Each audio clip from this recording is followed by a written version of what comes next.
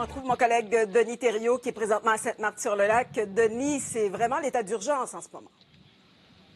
Ah, tout à fait, c'est l'état d'urgence.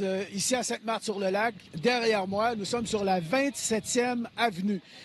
Et derrière moi, c'est un parc de maisons mobiles. Tout à l'heure, je parlais au gérant du parc de maisons mobiles. Il dit à peu près 250 maisons mobiles de ce côté-là, en bas, parce qu'il y en a un peu plus haut là, qui ne sont pas à risque.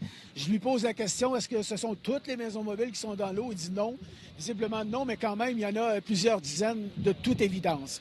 Ce qu'on a assisté à l'heure du souper ici, c'est l'impensable. Ce que les gens espéraient qu'il ne se produise jamais, c'est-à-dire que la digue a cédé à au moins un endroit. Des témoins m'ont dit il y a quelques instants qu'on parle d'une brèche de quelques mètres qui laisse entrer l'eau, mais de façon très importante. De ce côté-ci, c'est le lac des Deux-Montagnes, donc, qui se déverse là.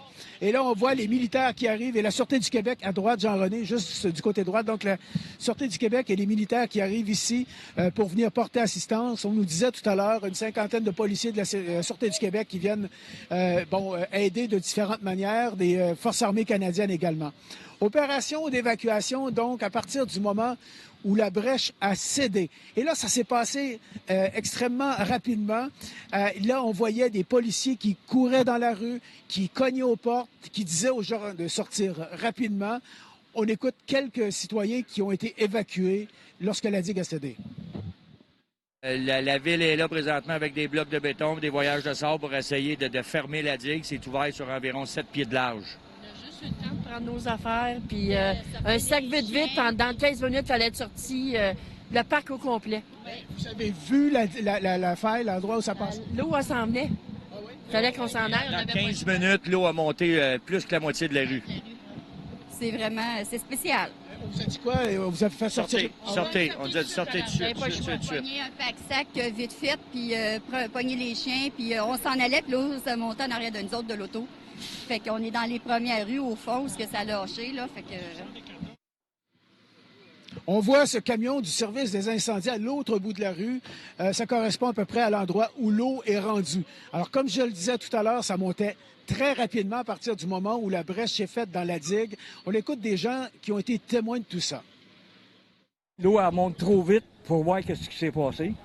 Mais que là, ils nous ont dit d'évacuer tout le monde dans le parc.